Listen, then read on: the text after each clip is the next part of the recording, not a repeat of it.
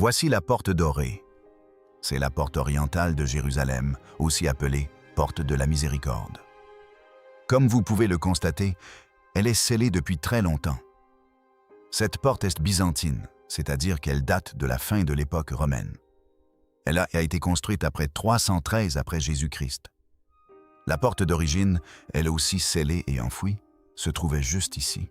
Depuis 500 ans, une porte de Jérusalem demeure scellée. Non par délabrement, non par négligence, mais délibérément. Tandis que toutes les autres entrées de la vieille ville se sont ouvertes et fermées au gré de l'histoire, celle-ci est restée gardée à part égale par la prophétie et la et la crainte. On l'appelle la porte dorée, la porte de la miséricorde, le lieu où, selon la tradition, le Messie entrera un jour. Mais pourquoi est-elle restée fermée si longtemps et pourquoi maintenant? Ces derniers mois, quelque chose a changé. Des activités inhabituelles, des réunions d'urgence discrètes entre chefs religieux, des caméras de sécurité défaillantes au pire moment et un silence médiatique qui semble tout sauf fortuit. Coïncidence ou préparatif? Alors que les pèlerins affluent et que les rumeurs se répandent entre les différentes confessions, une question devient impossible à ignorer. Si cette porte a été scellée pour empêcher l'accomplissement des prophéties, que se passera-t-il si elle est enfin prête à s'ouvrir? Le passage entre les mondes.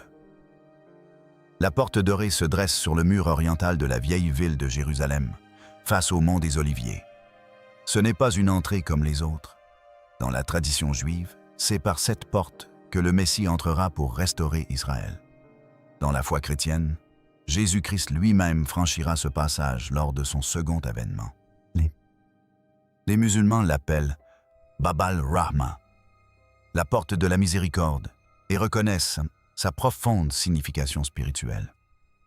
Trois des plus grandes religions du monde, trois cadres théologiques différents, mais toutes convergent vers cette même porte antique et la même espérance bouleversante.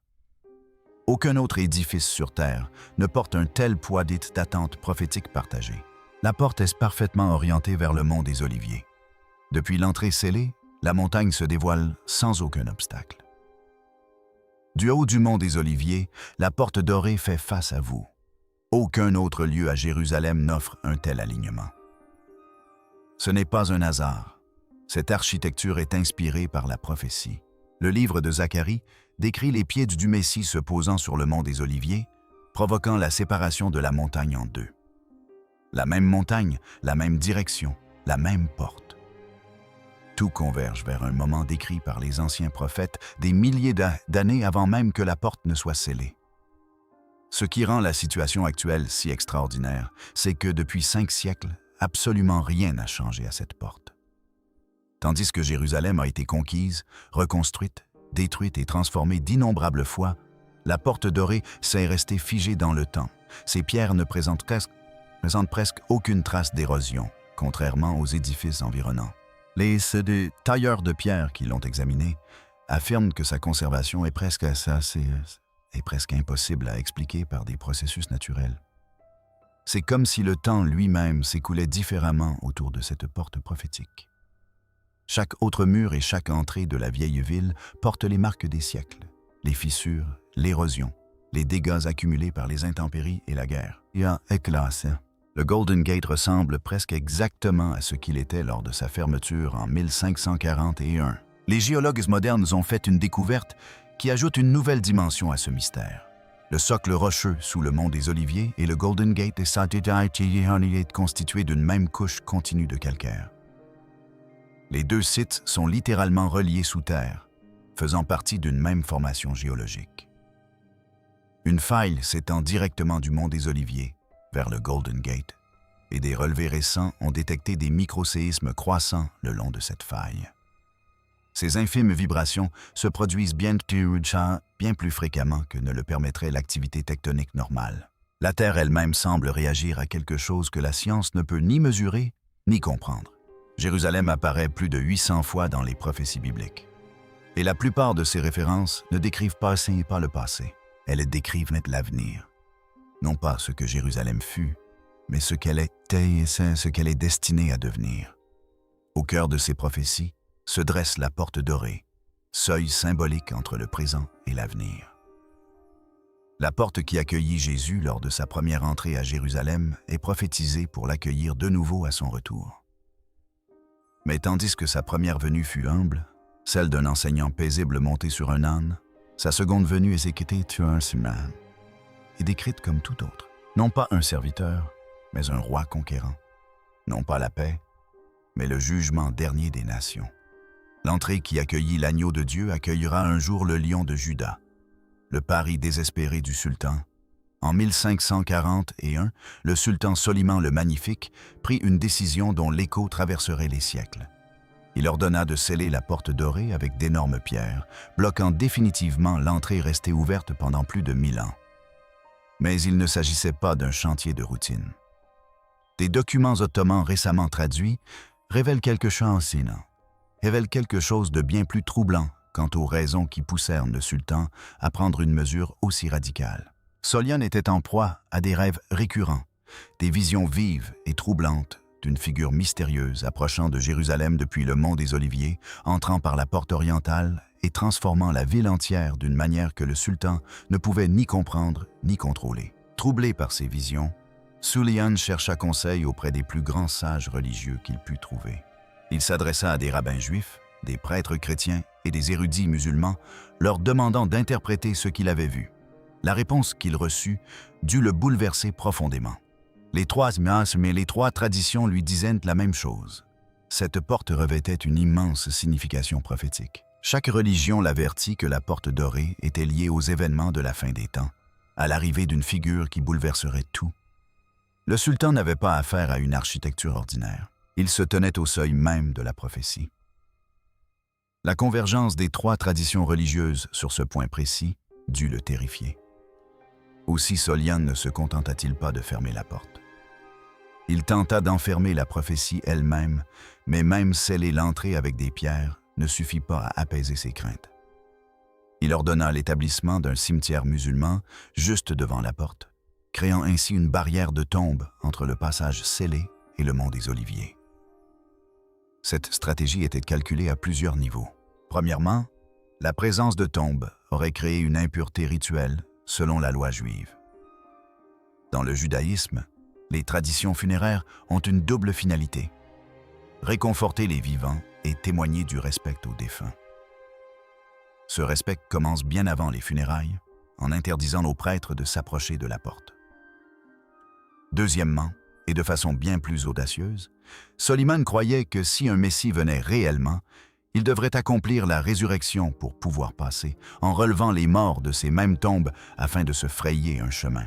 Le sultan cherchait à créer une épreuve impossible, un obstacle qu'aucun homme ordinaire ne pourrait franchir. Ce que le sultan avait conçu comme un blocus, c'est peut-être en réalité inscrit dans la prophétie. Ce qu'il avait imaginé comme une mesure préventive était peut-être une préparation depuis le début. En plaçant des tombes sur le passage direct de la porte, Soliman a, sans le savoir, créé le cadre idéal pour manifester l'autorité divine.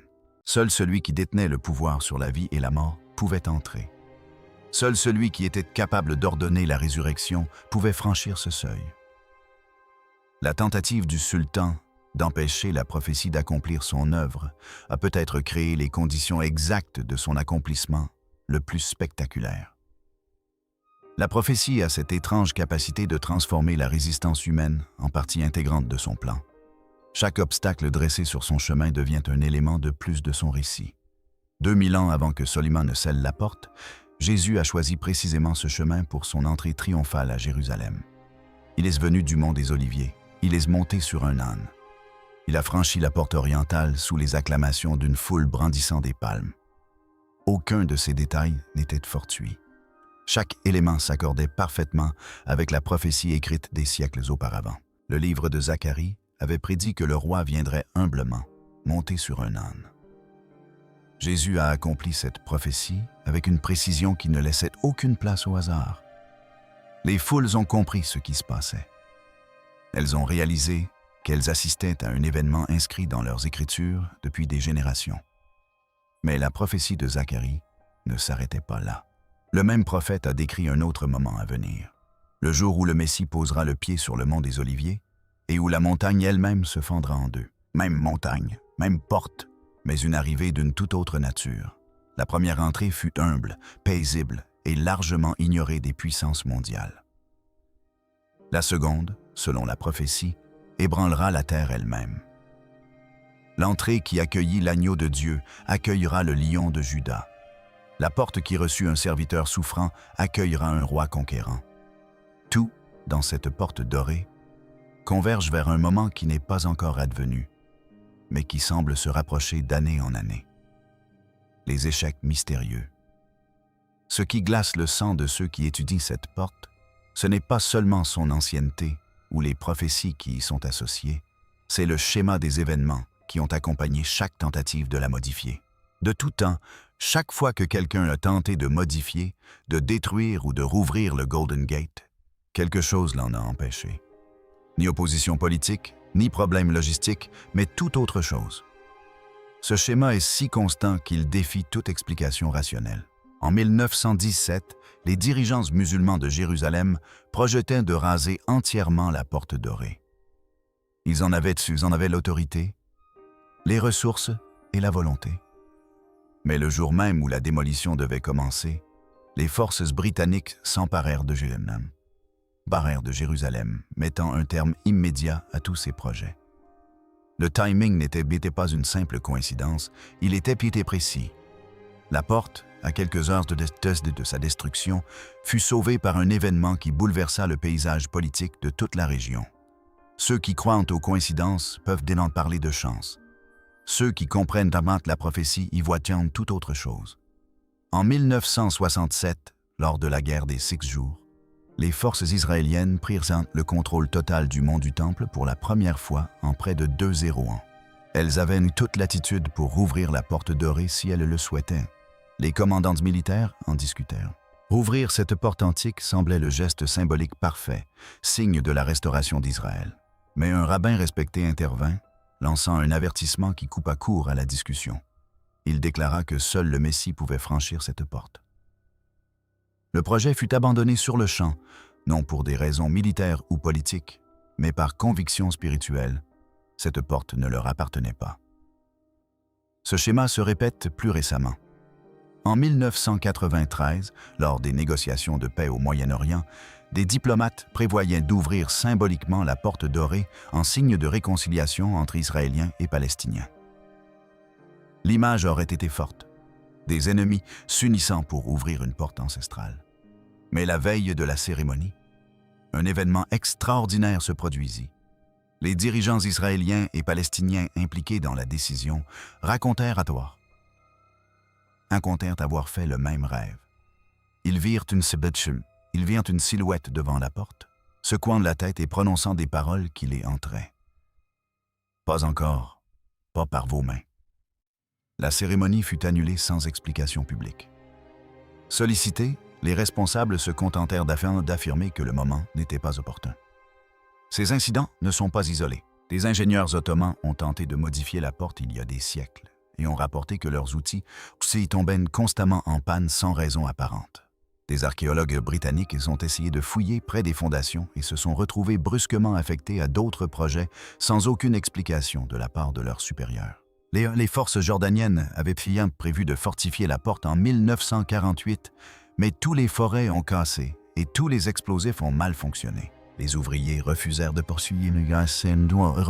poursuivre les travaux, affirmant que le site était maudit. À travers les siècles, les nations et les religions, chaque tentative de modifier la porte dorée a échoué, l'une après l'autre.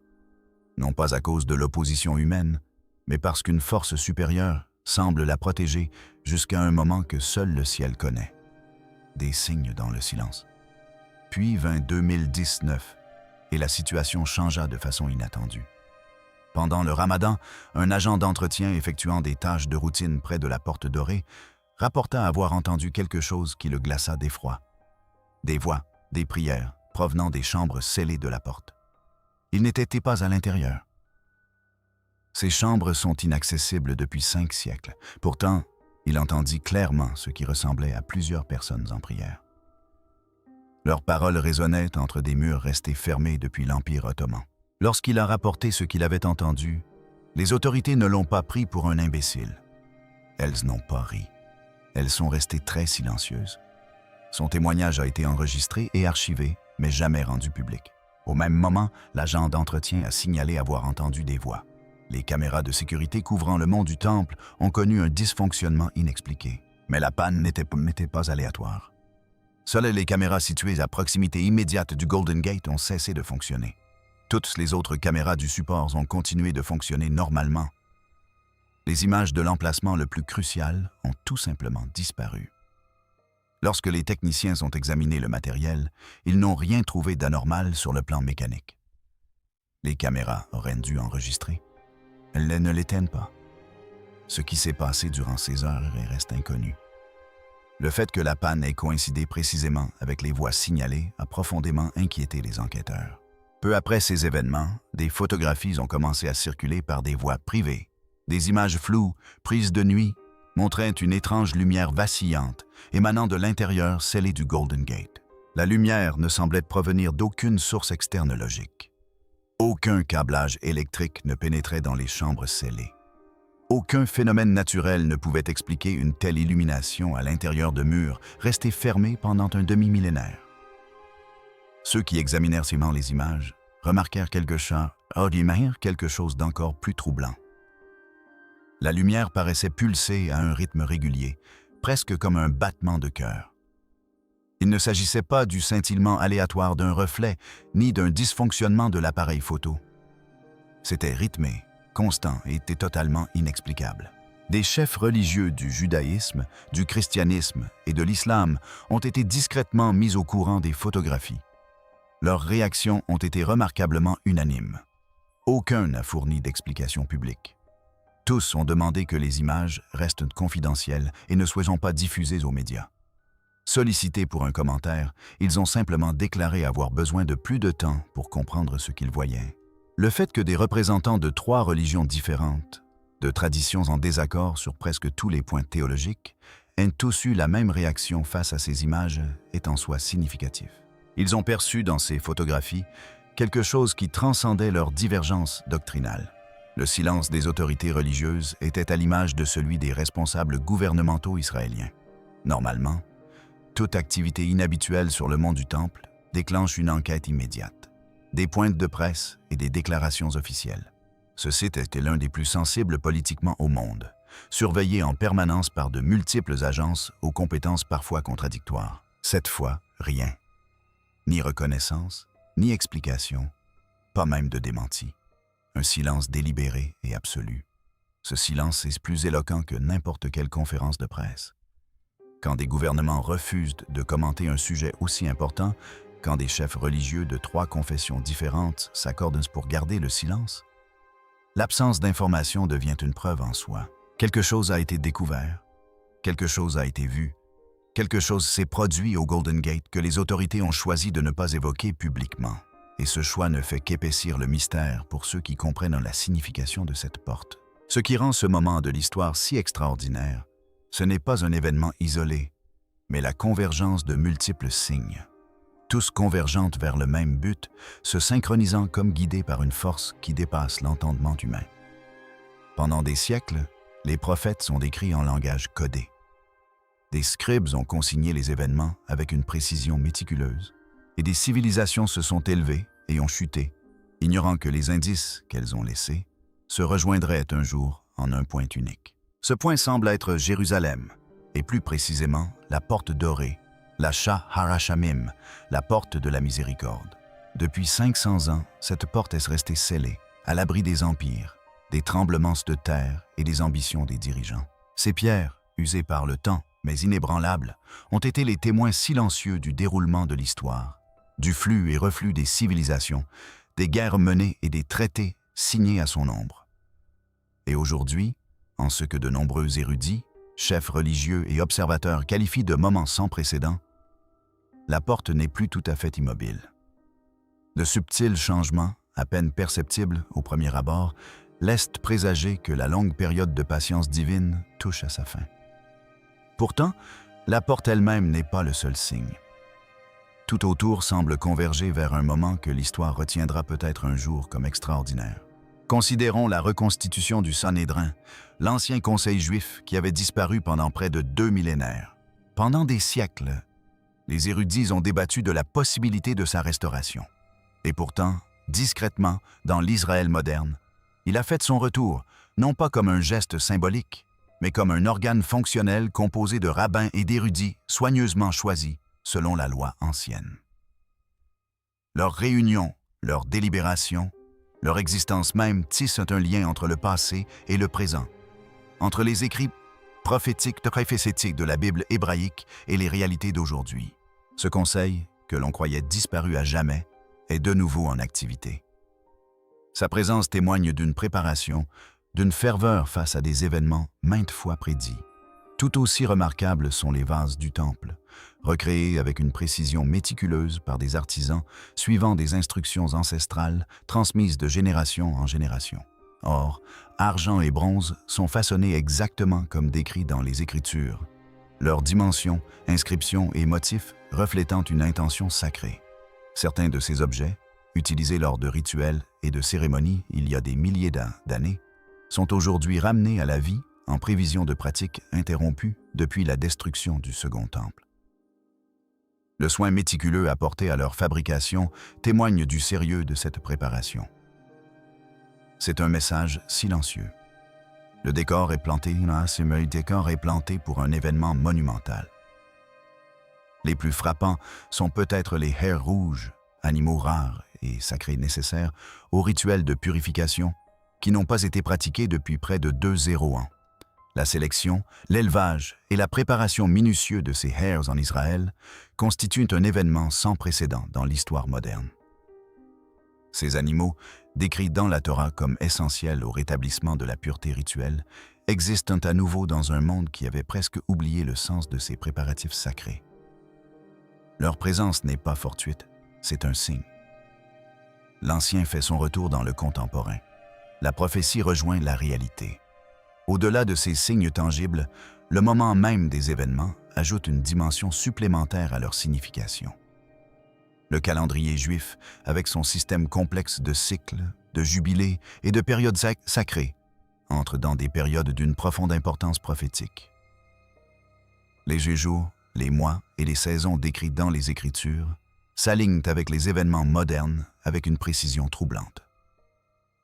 La politique mondiale, elle aussi, semble faire écho à d'anciennes prédictions. Des alliances se forment et se défont selon des schémas remarquablement similaires à ceux décrits dans des textes écrits il y a des milliers d'années. Des nations identifiées par leur nom biblique occupent des positions annoncées depuis longtemps.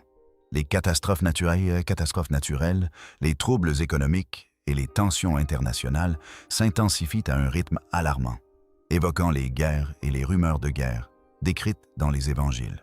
Les gros titres sonnent comme des prophéties traduites dans le langage du présent.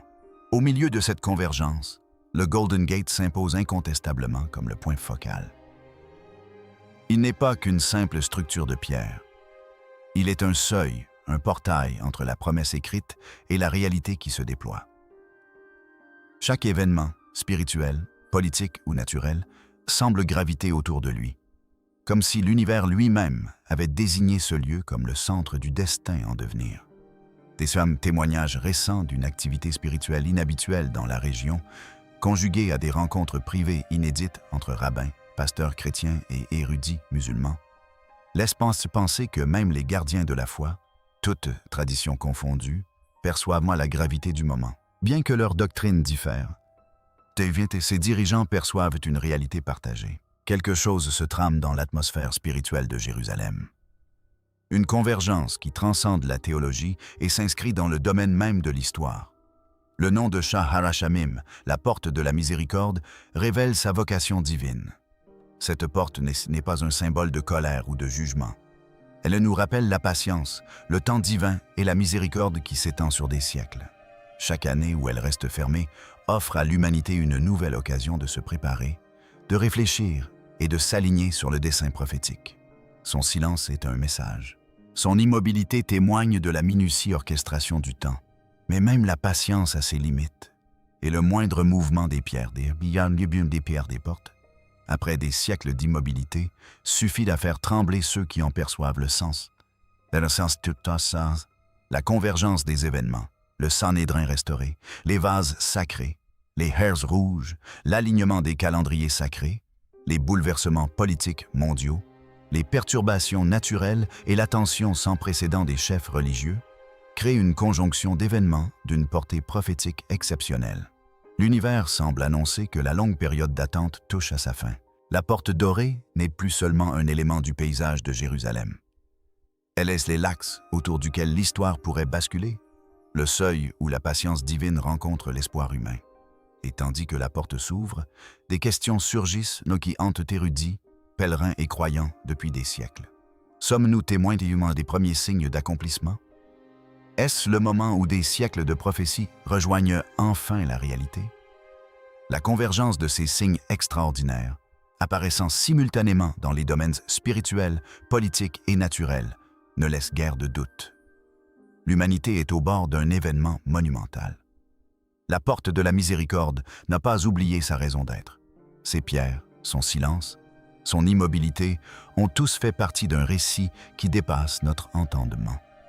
Maintenant, tandis que le monde entier retient son souffle, tandis que dirigeants et pèlerins ressentent cela le poids des bords des attentes, une vérité devient incontournable. La convergence est là, et ce qui va suivre pourrait bien redéfinir à jamais notre compréhension de l'histoire, de la foi et du temps divin. Pour l'instant, la porte dorée demeure scellée. Pierre contre pierre, silence contre temps. Aucune annonce, aucune déclaration. Juste une tension qui monte là où prophétie et histoire se rencontrent. Si quelque chose se trame réellement sous ces pierres ancestrales, cela ne se révélera pas d'un coup. Cela ne s'est jamais produit. Ces moments se déroulant discrètement jusqu'à ce que tout bascule. Alors que le monde poursuit son cours, une question demeure dans l'ombre de Jérusalem. Lorsqu'une porte scellée depuis des siècles s'anime, assistons-nous au début de l'accomplissement ou sommes-nous au seuil d'un moment que l'humanité n'est pas encore prête à comprendre?